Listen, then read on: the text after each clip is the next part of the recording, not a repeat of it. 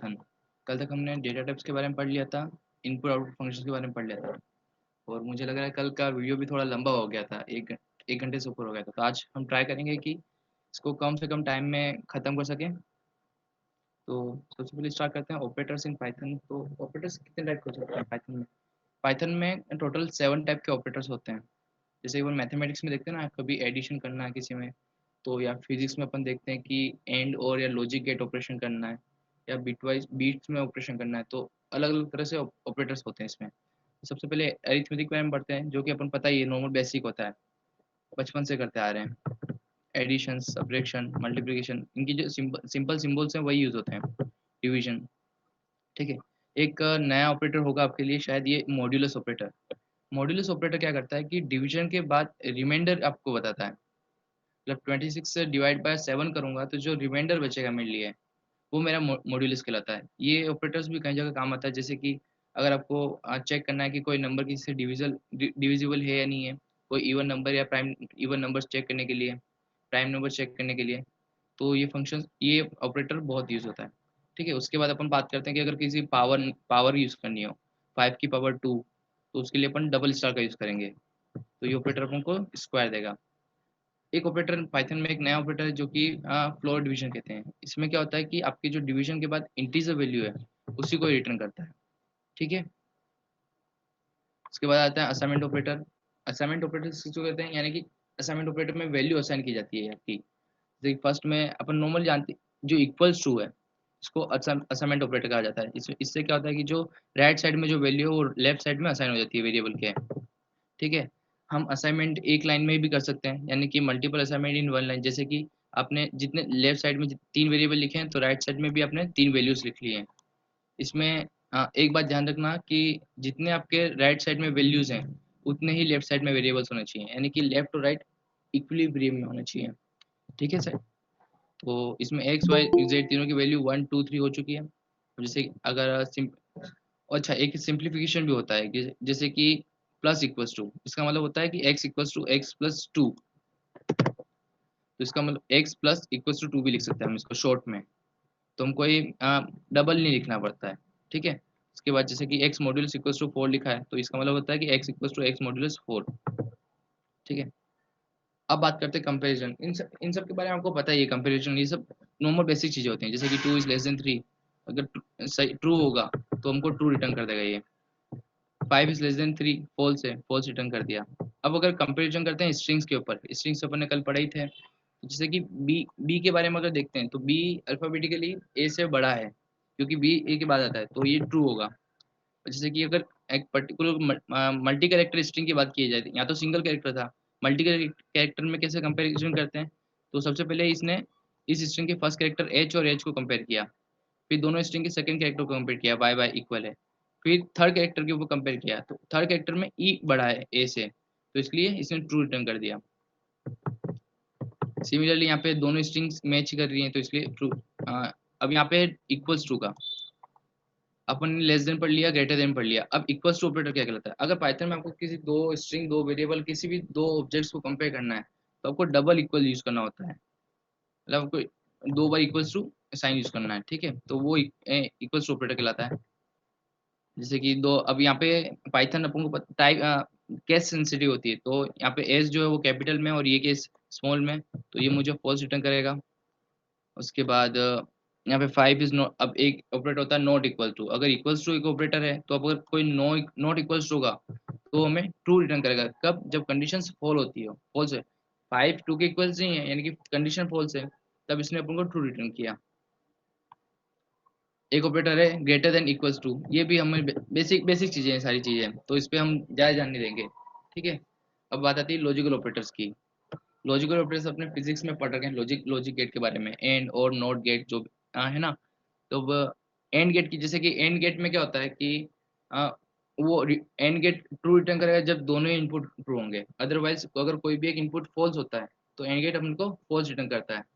तो इसी तरह जैसे कि मैंने यहाँ पे एंड गेट का यूज किया है, यहाँ पे फर्स्ट कंडीशन ऑपरेटर यूज किया है, और राइट साइड में दूसरा कंडीशन ऑपरेटर यूज किया है। इन दोनों की अगर वैल्यू ट्रू होती है, तब ये एंड गेट अपने को ट्रू रिटर्न करेगा। और जैसे कि 3 4 से छोटा है, ट्रू है, और एस एस इक्वल है, ट्रू है, तो इसने ट्रू रिटर्न किया।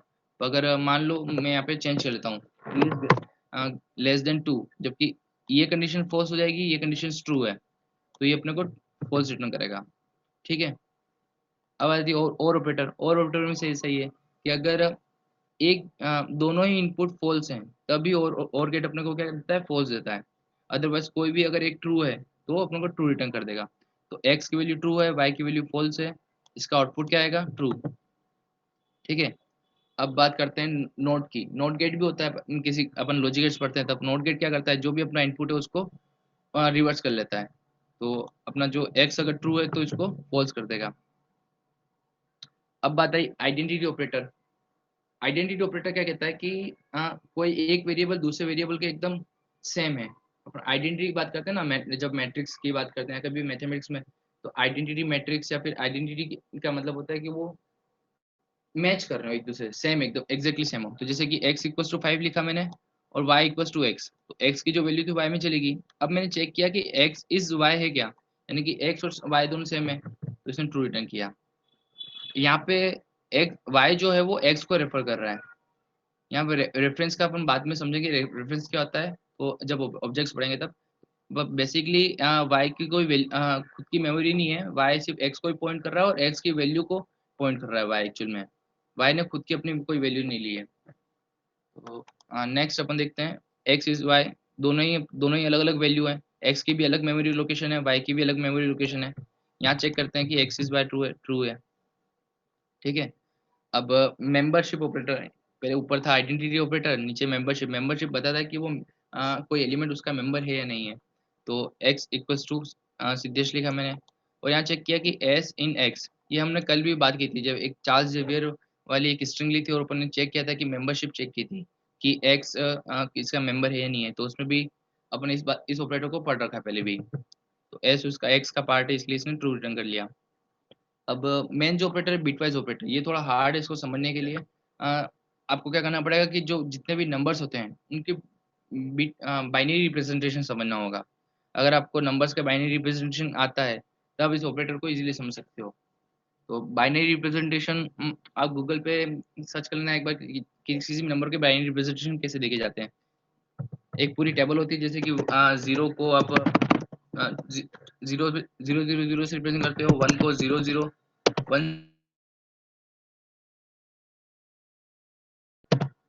जीरो वन जीरो से रिप्रेजेंट करते हैं। तो ये कोई पूरी टेबल होती है बाइनरी रिप्रेजेंटेशन की, आपको इजीली मिल जाएगी। ठीक है। तो जैसे कि अब मैंने बात की तो बिटवाइज ऑपरेटर क्या क्या है, तो इसमें भी लॉजिकल ऑपरेटर्स यूज होते हैं। जो आपने अभी लॉजिकल ऑपरेटर पढ़े, एंड और या नेट, एंड और नॉट गेट, वही ऑपरेटर इसमें भी यूज होते हैं। पर ये जो ऑपरेशन है वो उनके नंबर पे नहीं होते हैं, वो उनके बिट्स पर होते हैं। कहने का मतलब जैसे कि 5 एंड 3 लिख किया मैंने, इसका आउटपुट बनाया, अब समझते हैं कि आउटपुट बन कैसे आया। तो अगर 5 का बाइनरी रिप्रेजेंटेशन देखते हैं तो आगे बहुत सारे जीरो और पीछे फिर जीरो वन जीरो से एंड होता है इसका एक बाइनरी नंबर। ठीक है। और जब 3 की बात करते हैं तो स्टार्टिंग में जीरोस और लास्ट में जीरो जीरो वन वन होता है। अब इन दोनों को एंड ऑपरेशन करो तो देखते हैं क्या होता है। यहाँ सारे नंबर्स मैंने लिख लिए टेबल में, इस नम 3 के सारे नंबर लिख लिए हैं। तो जीरो एंड जीरो क्या होता है, जीरो। सिमिलरली जितने भी जीरो होंगे सबके रिजल्ट जीरो आएंगे। अब जैसे वन एंड जीरो कितना होता है, zero. Zero and one, zero. And one and one, one. तो इसका आउटपुट अपने को रिजल्ट में क्या मिला, ओनली वन। तो इसलिए अब zero zero zero zero and one होता है बाइनरी रिप्रेजेंट, डेसिमल में इसको अपन वन लिखते हैं, इसलिए इसका आउटपुट वन आया। नेक्स्ट बिटवाइज और की बात करते हैं। तो बिटवाइज और भी सिमिलरली और गेट यूज करता है बाइनरी बिट्स पर। 3 और 5 का और होगा 7, समझ लेते हैं। ये पूरी टेबल है, इसमें अपने वन और जीरो का और गेट होता है वन। जीरो और वन का आउटपुट आएगा वन, और वन और वन का भी आउटपुट आएगा वन। और zero zero zero zero zero one one one, यानी कि लास्ट में अगर ट्रिपल वन है तो वो रिप्रेजेंट करता है 7 को। ठीक है। अब बिटवाइज एक्सोर, हम एक्सोर गेट को भी जानते हैं। एक्सोर गेट भी उसी तरह काम करता है। एक्सोर गेट में क्या होता है कि अगर सेम बिट्स हैं तो आपका आउटपुट आएगा जीरो, और डिफरेंट बिट है तो आउटपुट आएगा वन। यहाँ देख लेते हैं एक बार। ये दोनों से हम अभी तक जीरो, सारी जीरो से स्टार्टिंग से और सेम बीट है, इसलिए आउटपुट जीरो आ गया इसका। फिर नीचे देखते हैं इस रो में कि वन एक्सोर जीरो, दोनों डिफरेंट बीट है, आउटपुट आया वन। दोनों डिफरेंट बिट है, लास्ट सेकंड में आउटपुट आया 1, लास्ट में सेम है इसलिए आउटपुट आया 0। और स्टार्टिंग में ट्रेलिंग 0, स्टार्टिंग 0 से लास्ट में 110 6 को रिजेबल करता है, तो इसलिए इससे आउटपुट 6 है अपना। ठीक है, अब आ जाती है नॉट गेट की। पाइथन में नॉट गेट भी होता है, लॉजिक गेट में नॉट गेट भी होता है, तो इसको बिट वाइज में कैसे यूज करना रहा। तो 5 का नोट होता है -6, इसको नॉट गेट को रिप्रेजेंट करते हैं टील्ड साइन से, जो आपका टैब के ऊपर की होती है उस की से अपन इसको रिप्रेजेंट करते हैं। हाँ, अब 5 का -6 कैसे हुआ, तो इसका एक रिप्रेजेंटेशन अपन देख लेते हैं। 0 0 0 0 और 5 का रिप्रेजेंटेशन, 5 को बाइनरी में इस तरह से लिखते हैं और -6 को बाइनरी में इस तरह से लिखते हैं। ठीक है, तो अब देखते हैं कि जैसे 5 की लास्ट की 1 है, अगर इसको मैं नेगेटिव करूंगा तो 1 का 0 हो जाएगा, फिर सेकेंड 0 का 1 हो गया, फिर 1 का 0, 0 का 1, और आगे की बाकी सारी की हो गई 1। तो अगर बाइनरी में इसे देखा जाएगा, कन्वर्जन किया जाएगा, तो ये -6 के इक्वल होता है। हम रिवर्स चेक कर लेते हैं एक बार कि -6 का अगर नेगेटिव करेंगे तो क्या आएगा। 5 का नेगेटिव किया तो -6, और -6 का वापस नेगेटिव किया तो 5, ऑफकोर्स 5 आ रहा आउटपुट। ठीक है, अब 0 फिर लेफ्ट शिफ्ट, ये दो ऑपरेटर होते हैं, left shift and right shift. ये ऑपरेटर की अलग ही इंपॉर्टेंस है पाइथन में। जैसे कि अगर आपको कोई नंबर डिवाइड करना है, डिवाइड बाय 2, या फिर वो नंबर मल्टीप्लाई करना है, या फिर किसी नंबर में पता करना है कि कितने नंबर ऑफ उसके बाइनरी रिप्रेजेंटेशन में कितने नंबर ऑफ वंस हैं, तो इन सब ऑपरेशंस में ये अपन लेफ्ट शिफ्ट और राइट शिफ्ट का यूज कर सकते हैं। तो लेफ्ट शिफ्ट से क्या होता है, ये भी बाइनरी भी ऑपरेशन होता है इसका भी। जैसे कि 5 लेफ्ट शिफ्ट 1 किया मैंने, लेफ्ट शिफ्ट को अपन डबल एरो से रिप्रेजेंट करते हैं, double less than greater less than sign से। तो 5 लेफ्ट शिफ्ट 1 का मतलब है कि 5 के जो बाइनरी नंबर्स थे उसकी सारी बिट को एक एक बिट लेफ्ट साइड शिफ्ट कर दो, और जो एम्प्टी बिट है जो इनिशियल 0 पोजीशन पे है यहाँ पर, उसको 0 से रिप्लेस कर दो। तो जैसे कि सारी बिट्स थी वो तो अपनी यहाँ से लेफ्ट मूव कर गई, और जो एम्प्टी एम्प्टी स्पेस था उसमें 0 पुट कर लिया। और ये जो 0 0 0 1 0 1 0 जो है वो 10 को रिप्रेजेंट करता है डेसिमल में, तो इसलिए इसका आउटपुट 10 आया। अब जैसे अगर आप किसी नंबर का लेफ्ट शिफ्ट करते हो तो वो ट्वाइस हो जाता है, तो इसलिए 5 लेफ्ट शिफ्ट 1 किया तो वो नंबर 10 हो गया। अब 5 की जगह अगर आप 6 करते हो तो नंबर 12 हो जाना चाहिए। देखते हैं, 12 हो गया। ठीक है, अब आता है राइट शिफ्ट। राइट शिफ्ट में नंबर उसका फ्लोर डिवीजन हो जाता है।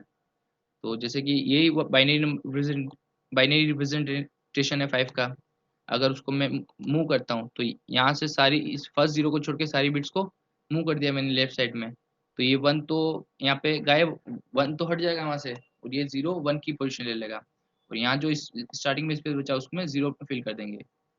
अब जैसे कि अगर 6 को मैं लेफ्ट शिफ्ट 1 करता हूँ तो मेरा आउटपुट क्या आना चाहिए 3, क्योंकि राइट शिफ्ट करेंगे तो डिवाइड हो जाएगा, लेफ्ट शिफ्ट करेंगे तो मल्टीप्लिकेशन हो जाएगा।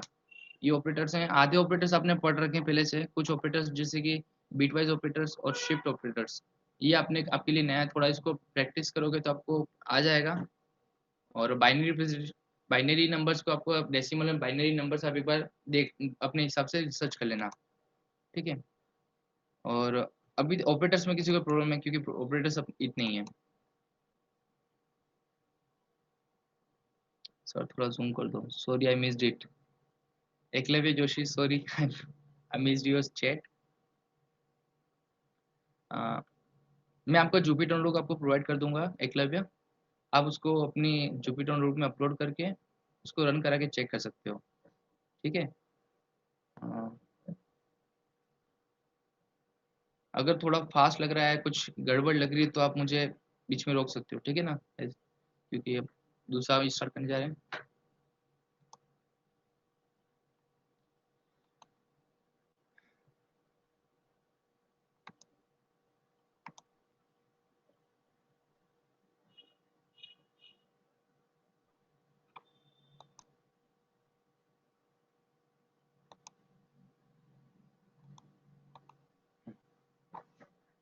Conditional statements.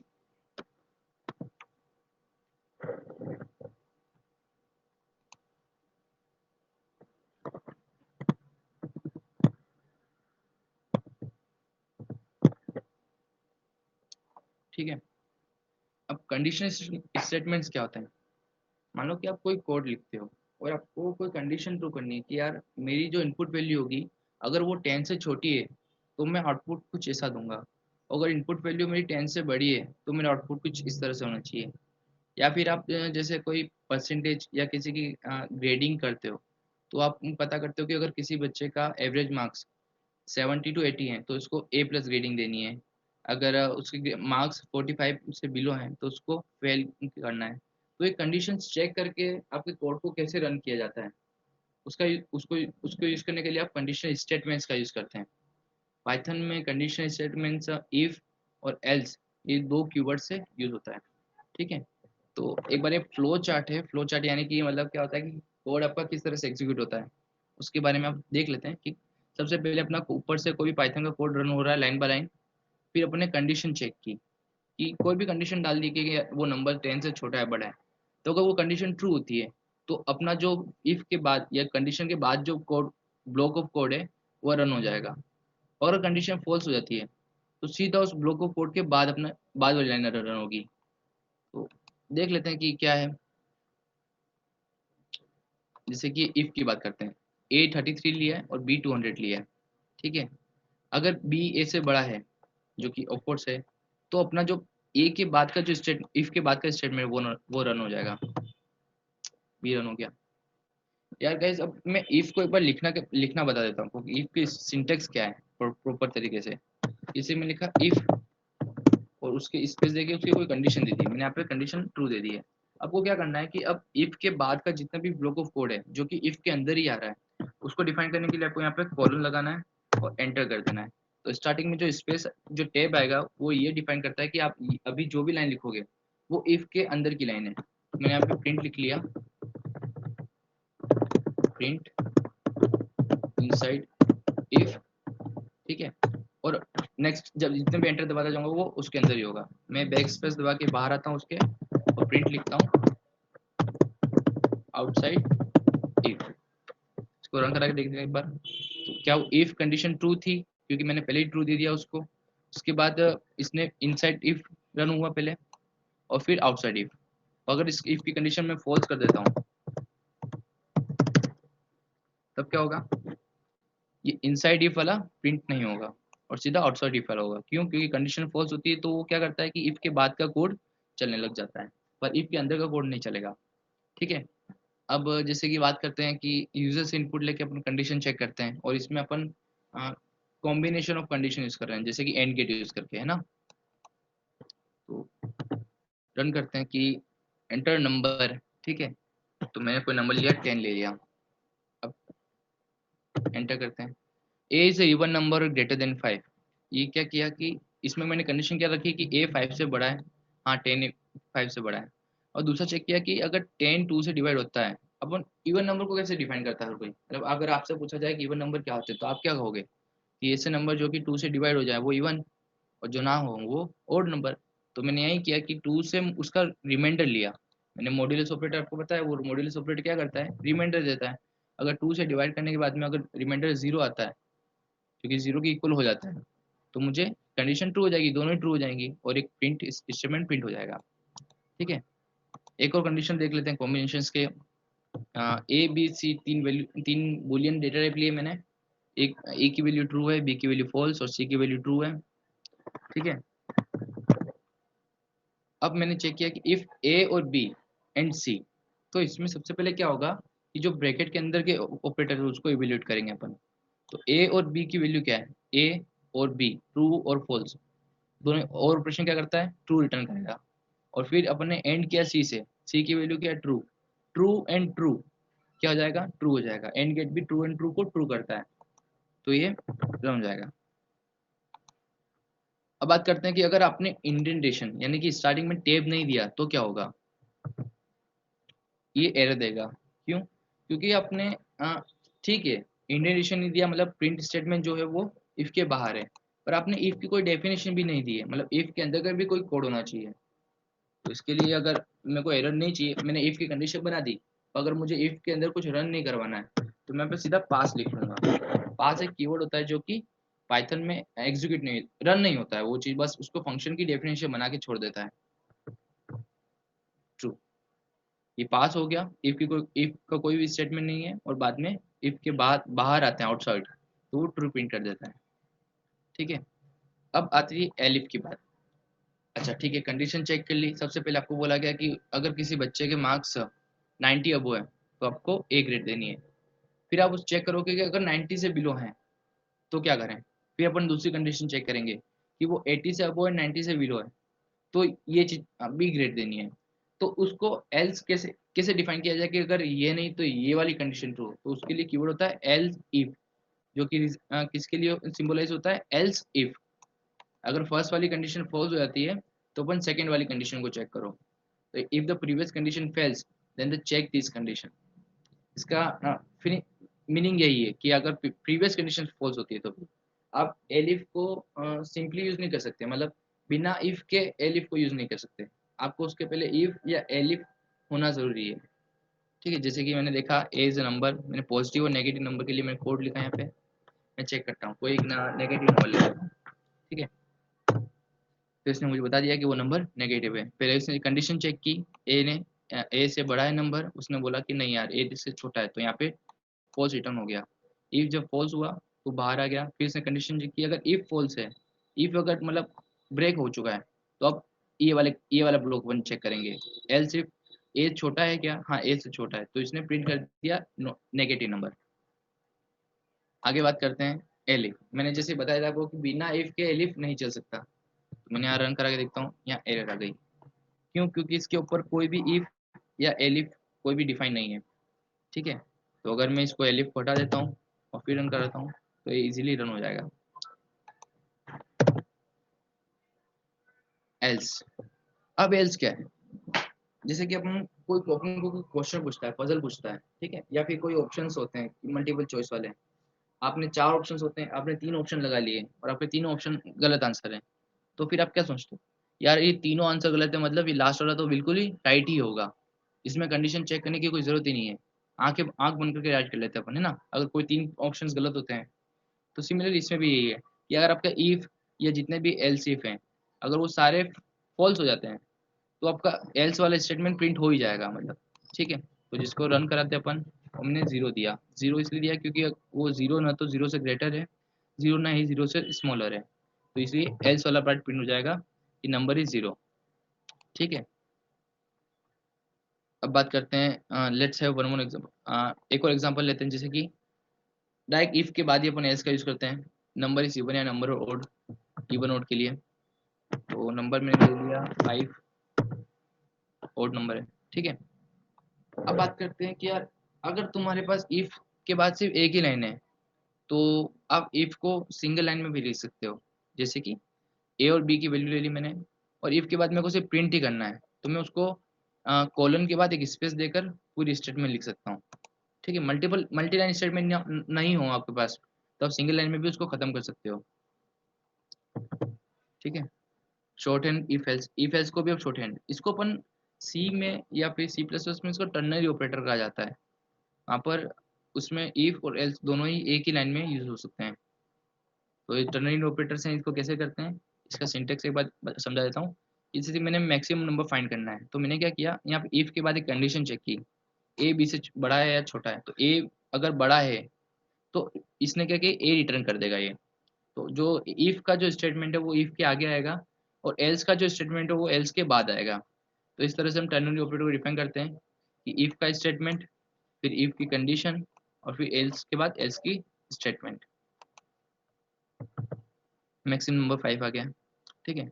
अब नेस्टेड इफ की बात करते हैं। नेस्टेड इफ के भी बहुत सारे एग्जांपल हैं, जैसे कि कोई नंबर अपन एंटर करते हैं और फिर चेक करते हैं कि अगर वो नंबर पॉजिटिव है तो वो बताना है कि वो नंबर इवन है या ओड है। ठीक है, तो रन किया मैंने और पता किया कि 7 लिया, ठीक है। सबसे पहले क्या हुआ, कंडीशन चेक हुई, ए इज ग्रेटर देन जीरो, हाँ ए जीरो से बड़ा है। फिर अपने कंडीशन चेक की कि ए इवन है, नहीं ए ए अगर मैं 7 को 2 से डिवाइड करता हूँ तो मेरा रिमाइंडर 1 आएगा, तो ये कंडीशन फॉल्स हो जाती है। फिर इसने एल्स को प्रिंट कर दिया।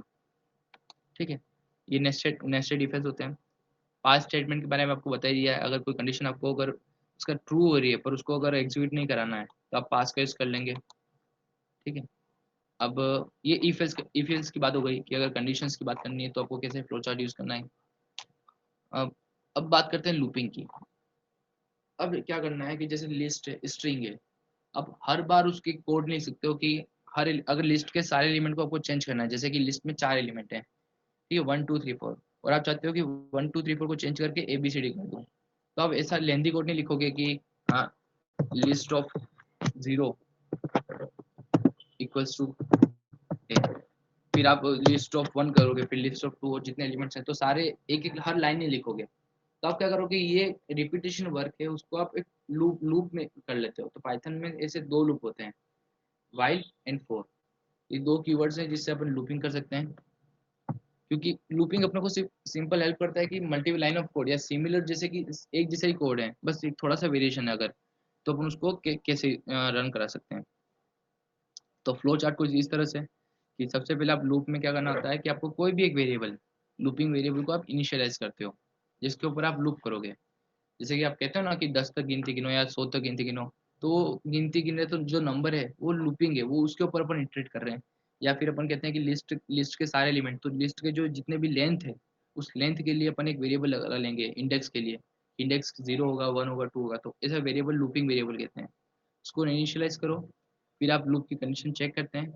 अगर फॉल्स होता है तो आप लूप से बाहर आ जाएंगे। तो अगर लूप की वैल्यू ट्रू हो जाती है तो आपकी लूप के जितने भी स्टेटमेंट है वो रन होंगे। और फिर आप जो वेरिएबल है आपका लूपिंग वेरिएबल, उसको इंक्रीमेंट या डिक्रीमेंट करोगे, और फिर कंडीशन चेक करेंगे। तो रिपीटेड वर्क करना हो तो आप लूप की यूज करते हैं। लूप 2 तरह के होते हैं, while loop and for loop. सबसे पहले वाइल लूप की बात करते हैं। वाइल लूप में क्या होता है कि आप सबसे जो इनिशियलाइजेशन बाहर कर लिया आपने, आई इक्वल्स टू 1, ठीक है। अब मेरे को 1 से लेकर 5 तक नंबर प्रिंट करने हैं। तो मैंने क्या किया कि जब तक आई की वैल्यू 6 से छोटी ना हो, यहाँ पे वाइल के बाद मैंने डाल दी कंडीशन, जब तक आई की वैल्यू छोटी होगी तब तक आई को क्या करना है, अपन को प्रिंट करना है। और फिर उसके बाद क्या करना है, उसका इंक्रीमेंट, ठीक है। इससे क्या होगा देखते हैं, 1 2 3 4 5। अब बहुत बड़ी मिस्टेक, मतलब यूजुअली जो प्रोग्रामर्स या जो कोडर्स होते हैं वो सबसे बड़ी मिस्टेक करते हैं। यूजुअली मैं भी करता हूँ कई बार मिस्टेक, कि जो अगर लूपिंग कर रखी है मैंने, तो लूप वेरिएबल को भी मैं इंक्रीमेंट या डिक्रीमेंट करना भूल जाता हूँ। तो उससे क्या होगा कि इंक्रीमेंट या डिक्रीमेंट करना भूल गया। जैसे कि ये मेरा कोड है, ठीक है, i equals to 0 while i is less than 5 और प्रिंट आई। अब मैंने आई की वैल्यू जब तक 5 से छोटी होगी तब तक मैं आई को प्रिंट करता जाऊंगा। अब आई की वैल्यू अगर चेंज नहीं हो रही है तो कंडीशन कभी फॉल्स होगी नहीं होगी। इसको एक बार रन करा के देखते हैं अपन। ये देखो, अब हम इस एक पर्टिकुलर किसी लूप में फंस चुके हैं, एक इनफाइनाइट लूप में। इसको अपन इनफाइनाइट लूप बोलते हैं कोडिंग जार्गन्स में। ये बार बार प्रिंट करता रहेगा 0 की वैल्यू। और ऐसे में आपको बस एक ही ऑप्शन होता है कि आपका जो कर्नल या जो आपका जो कोड है उसको आपको स्टॉप करना होता है। तो अब मैं स्टार्ट क्लियर आउटपुट, वापिस से कर्नल को स्टार्ट करते हैं, पाइथन के कोड को।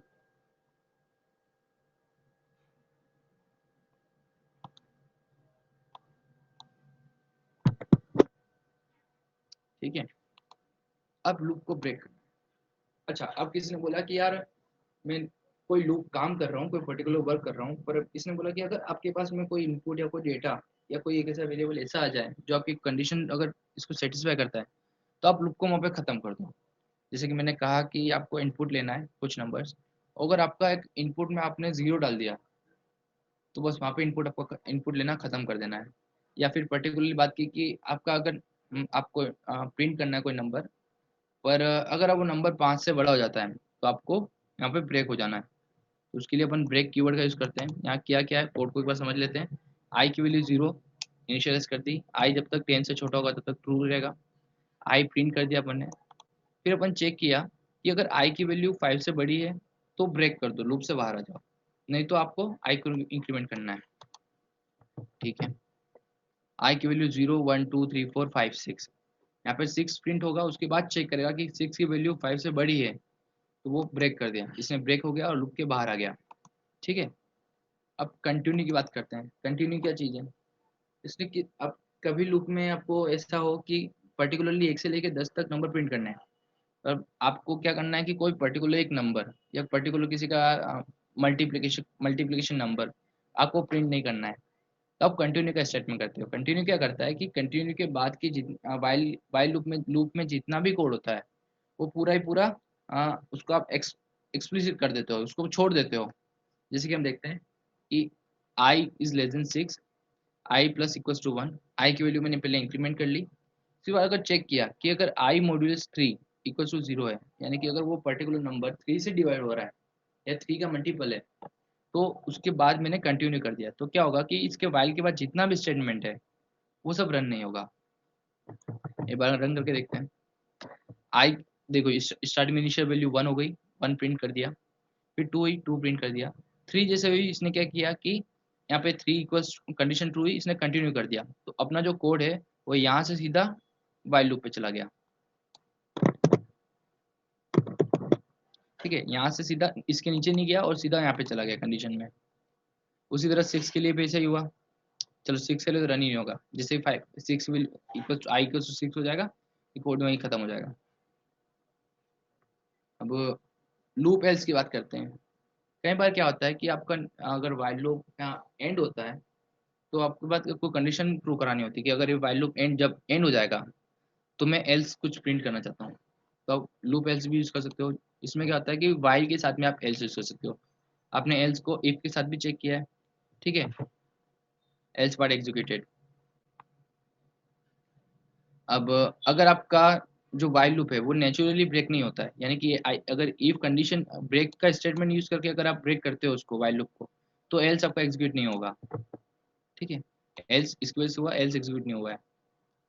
सिमिलरली फॉर लूप है, फॉर लूप में क्या होता है कि आप रेंज फंक्शन का यूज करते हैं। ये फॉर लूप का सिंटेक्स है, for I in range 5। Usually Python में फॉर लूप का भी बहुत बार यूज होता है। तो यहाँ पर क्या होता है कि आई एक वेरिएबल ले लेते हैं, फिर अपन मेंबरशिप ऑपरेटर चलाते हैं, और उसके बाद एक अपन सीक्वेंस ले लेते हैं, सीक्वेंस डेटा टाइप। तो यहाँ रेंज क्या करता है कि अपन को एक सीक्वेंस डेटा टाइप जनरेट करके देता है 5 नंबर्स का। उसी तरह हम आई इस सीक्वेंस डेटा टाइप की हम लिस्ट या कोई टपल या सेट भी ले सकते हैं, कुछ भी ले सकते हैं। ठीक है, तो जैसे कि मैंने रेंज क्या किया, रेंज ने 5 नंबर मेरे को रिटर्न करके दिए हैं। ये रेंज फंक्शन के बारे में कि रेंज क्या करता है, स्टार्ट और एंड और स्टेप साइज, इसमें 3 आर्ग्यूमेंट होते हैं। पहले स्टार्ट आप बता दो क्या है, फिर एंड बता दो और स्टेप साइज। बाय डिफ़ॉल्ट जो अगर आप कोई एक एलिमेंट ही लेते हो, तो बाय डिफ़ॉल्ट जो स्टार्ट की वैल्यू हो जाती है वो 0 हो जाती है, और स्टेप साइज की बाय डिफ़ॉल्ट वैल्यू 1 हो जाती है। ठीक है, तो जब इसको मैं रन करूँगा, आउटपुट आ गया 0 1 2 3 4। यहाँ पे मैंने स्टार्ट की वैल्यू 11 दी है, एंडिंग की वैल्यू 25 और 4 मैंने स्टेप साइज दी है। तो क्या होगा कि सबसे पहले 11 हुआ, फिर 4 नंबर प्लस हो जाएंगे उसमें 15, फिर 4 नंबर प्लस हो गए 19, एंड फिर 4 नंबर प्लस हो गए 23। तो इस तरह से ये 4 नंबर सेलेक्ट हुए हैं पूरी रो में से। मैंने बताया कि अगर आपको बस यहाँ पे इटरेटर होता है, कोई भी एक सीक्वेंस डेटा होता है, अगर रेंज को हटा के मैंने एक लिस्ट लिख ली, तो लिस्ट के सारे एलिमेंट प्रिंट हो जाएंगे, एप्पल बनाना ऑरेंज। अगर उसकी जगह मैंने डिक्शनरी लिखता हूँ मैं फॉर आई एन डिक्शनरी, तो मैं डिक्शनरी के सारे एलिमेंट्स को प्रिंट कर सकता हूँ। इस स्ट्रिंग पे भी इटरेट करा सकते हैं, क्योंकि स्ट्रिंग भी एक सीक्वेंस डाटा टाइप है। Creating a list using a for loop. अब कई बार क्या होता है कि हमें एक बहुत छोटे लाइन ऑफ कोड में, एक सिंगल लाइन ऑफ कोड में लिस्ट बनानी होती है फॉर लूप यूज करके। तो उसका तरीका होता है कि आपको स्क्वायर ब्रैकेट में आई लिखना है। आई क्या होगा कि जो वेरिएबल रिटर्न होगा यहाँ पे, और फिर फॉर लूप लगा लेना है। तो फॉर लूप जो भी वेरिएबल आई की वैल्यू रिटर्न होगी वो यहाँ पे रिप्लेस हो जाएगी और एक लिस्ट बन जाएगी 0 1 2 3 4।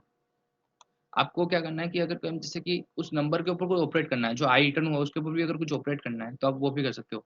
यानी कि मैंने क्यूब नंबर्स रिटर्न किए यहाँ पे, तो ये 1 का क्यूब हो गया, 1 is a member, 27 is a member, 125। तो जितने भी नंबर से मैंने क्या किया, उन सबका क्यूब ले लिया है।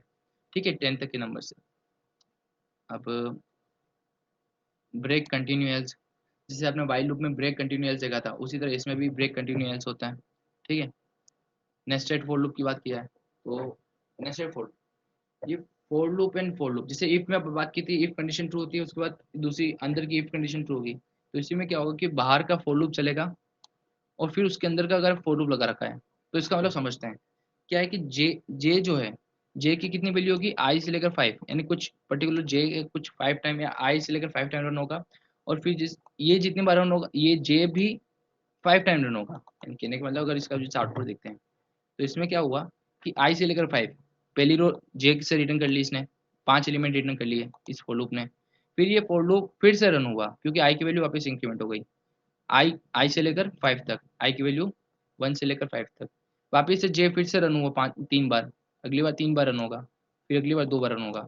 तो ये हर रो जे फॉर लूप को रिप्रेजेंट कर रहा है, फॉर लूप जे को, और जो हर कॉलम मतलब हर जो कॉलम है वो आउटर फॉर लूप को रिप्रेजेंट करता है। तो इस तरह से फॉर लूप चलता है, ठीक है। फॉर लूप से हम पैटर्न बना सकते हैं, और बहुत से मैट्रिक्स मल्टीप्लिकेशन मैट्रिक्स के जितने भी टास्क है वो अपन नेस्टेड फॉर लूप से कर सकते हैं। यहाँ पे फॉर लूप का भी कॉन्सेप्ट पूरा खत्म हो जाता है, लूपिंग का। कोई डाउट?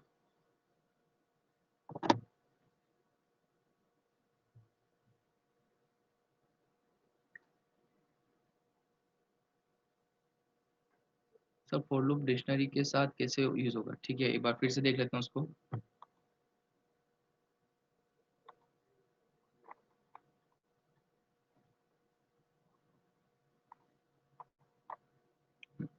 ये रहा for loop on a dictionary. अब जैसे डिक्शनरी में भी आपके पास कीज, पर्टिकुलर कीज होती हैं।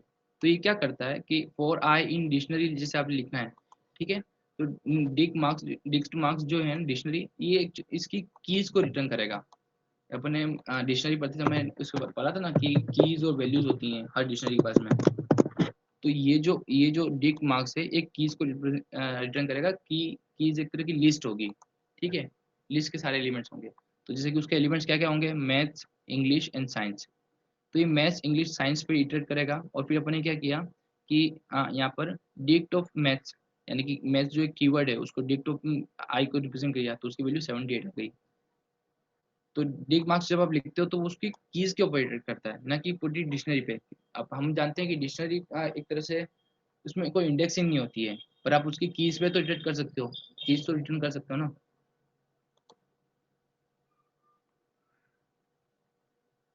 एक लेवल की डाउट क्लियर है, या फिर थोड़ा एक बार फिर थोड़ा कोड लिख के बताऊं? अच्छा, और किसी को कुछ पूछना है, मतलब कोई अगर कुछ एक आधा कुछ एग्जांपल करा के दिखाऊं आपको मैं फॉर लूप पे, या फिर?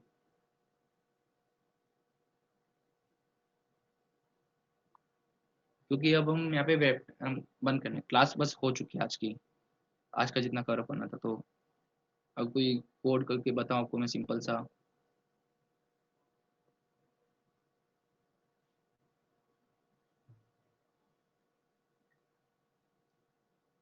Type 0ff5।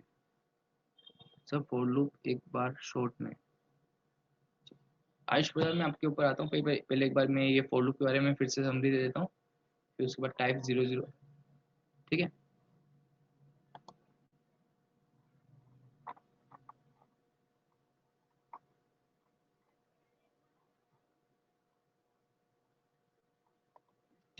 For loop, for loop sir,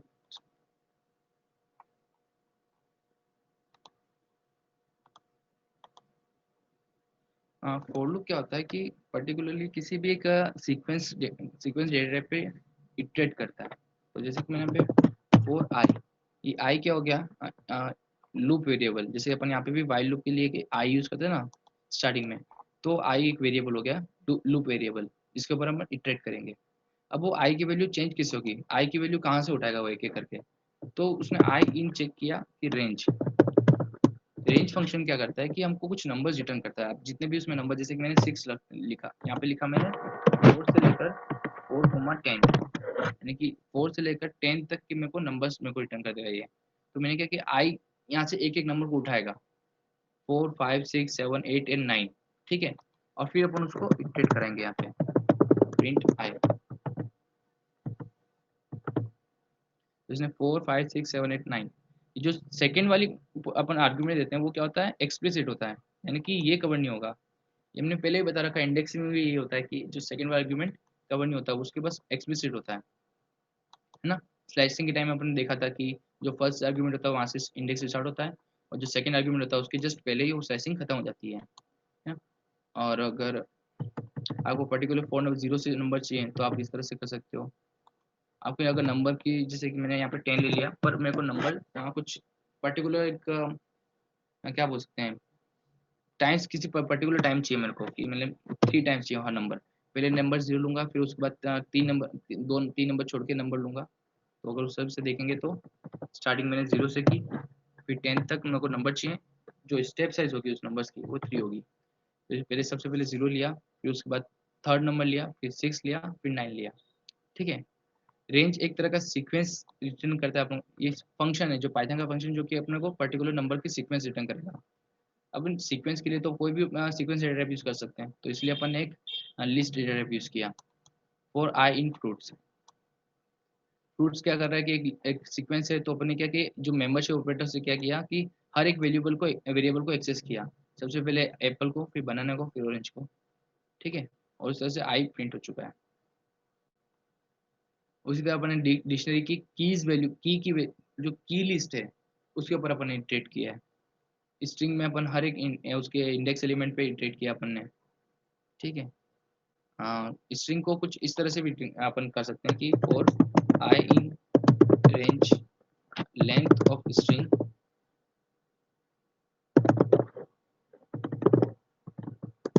और मैं यहाँ पे एक स्ट्रिंग वेरिएबल लिख लेता हूँ।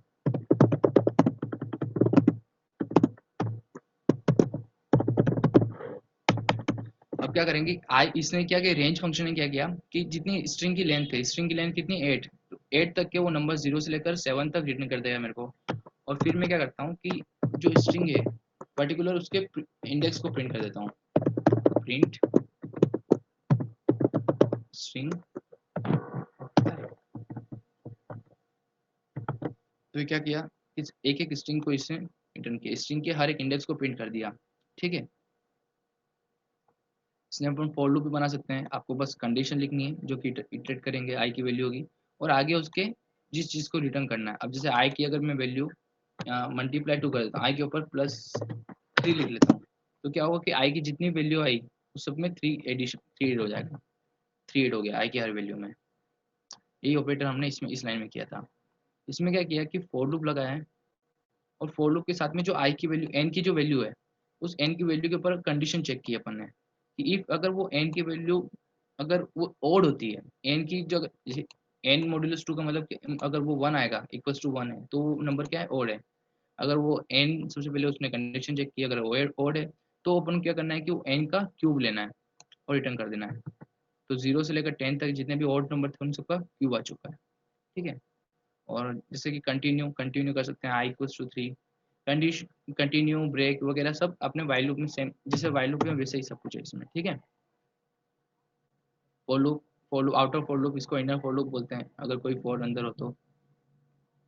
टोटल ये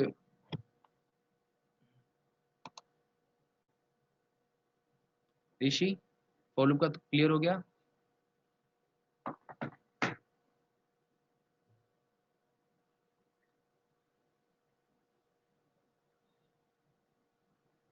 यस सर। ठीक है।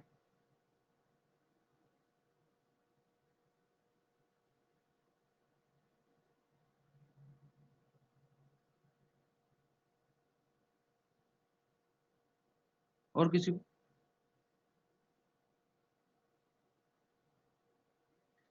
आयुष पोडार के डाउट के ऊपर आते हैं एक बार। उसने पूछा टाइप 0FF5 क्या होता है।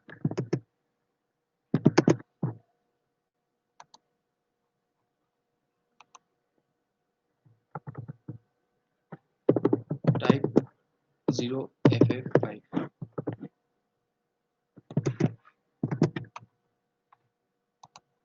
आयुष, क्या आपका डाउट ये था कि 0FF5 पूछ रहे हो आप?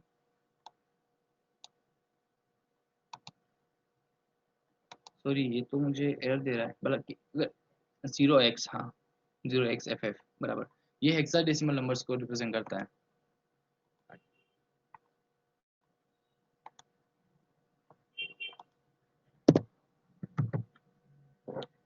int 0xFF5 हेक्साडेसिमल इंट, इसकी तो कोई वैल्यू प्रिंट करते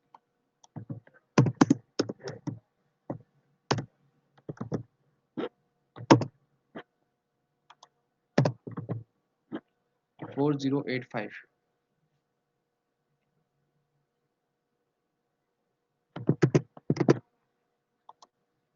हाँ,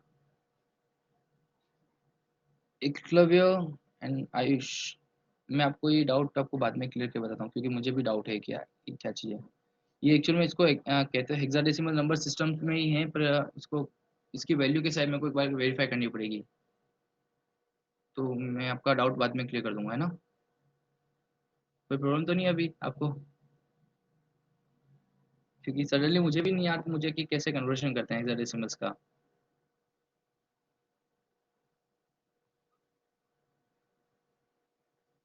हम्म। हाँ, मतलब नंबर्स को अपन इटरेट करेंगे।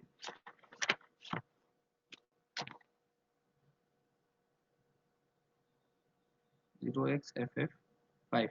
हाँ, एफ की वैल्यू 16 है। 15, 15, 5, 5 इंटू 16 की पावर 0, 15 इंटू 16 की पावर 1, 15 इंटू 16 की पावर 2। हाँ, और किसी को कुछ डाउट हो तो भी एक बार पूछ लो कुछ कि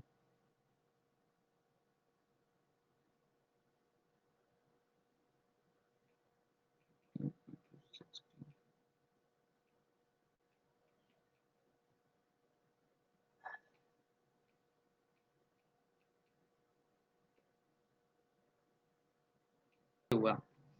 तो आपने जो वैल्यू दी है वो ये है कि FF5, है ना? FF5। और आगे आपने डिफाइन किया कि वो वैल्यू हेक्साडेसिमल है। मतलब 0x का मतलब होता है कि वो आप वैल्यू जो आप नंबर रख रहे हो वो हेक्साडेसिमल नंबर है।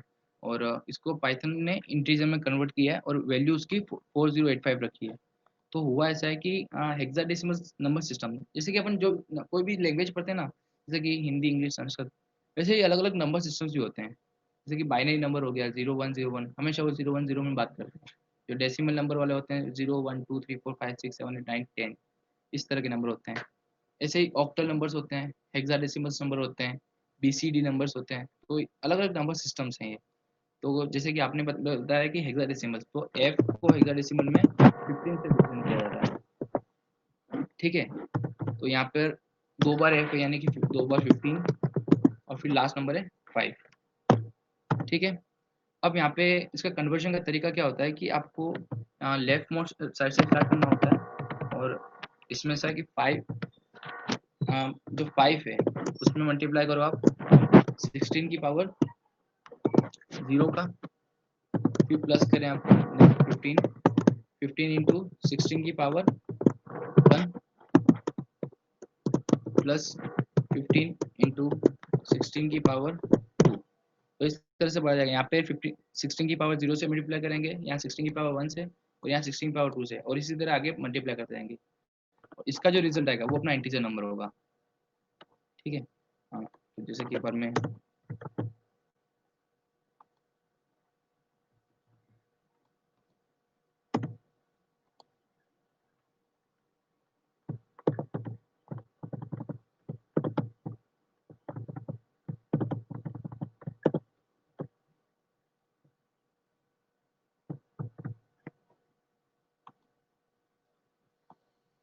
ये क्वेश्चन डिफरेंशियल क्यों नहीं आ रहा है? 15 इंटू 16 पावर 0 तो 1 हो गया ना। अच्छा, अच्छा एक्सोर हो रहा है, सॉरी सॉरी सॉरी। पावर के लिए डबल लेते हैं।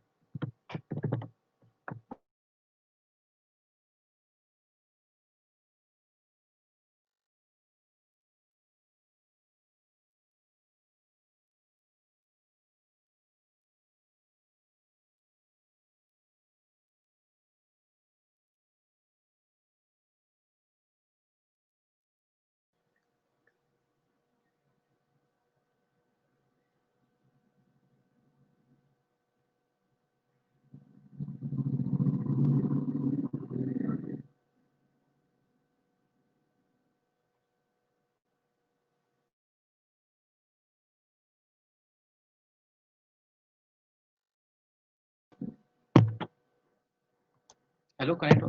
आवाज आ रही है? हाँ, वो नेट बंद हो गया था।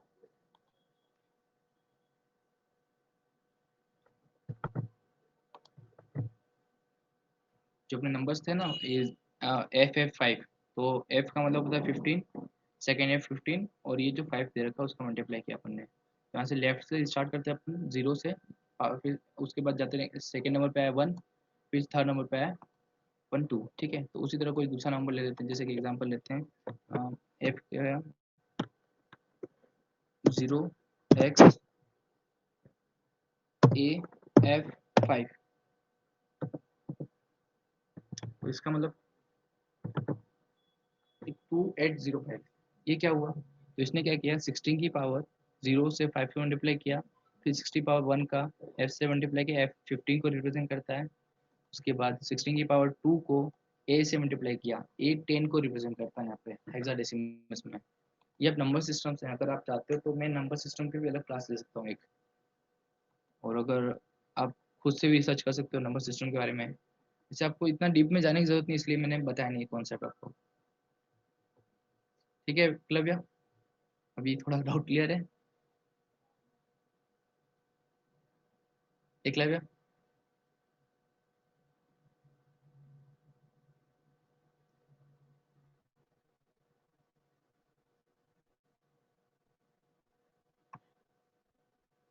Hello, the result type is return by the function.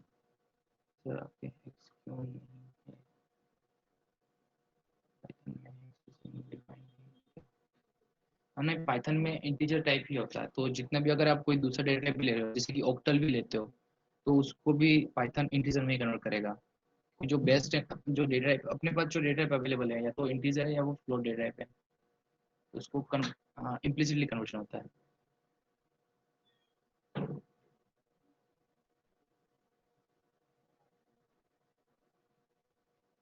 अच्छा, और कुछ? अच्छा, कल किसी को जुपिटर नोटबुक अपलोड करने में किसी को दिक्कत आई क्या? जो मैंने जुपिटर नोटबुक आपको प्रोवाइड की थी, वो अपलोड करके ट्राई किया किसी ने?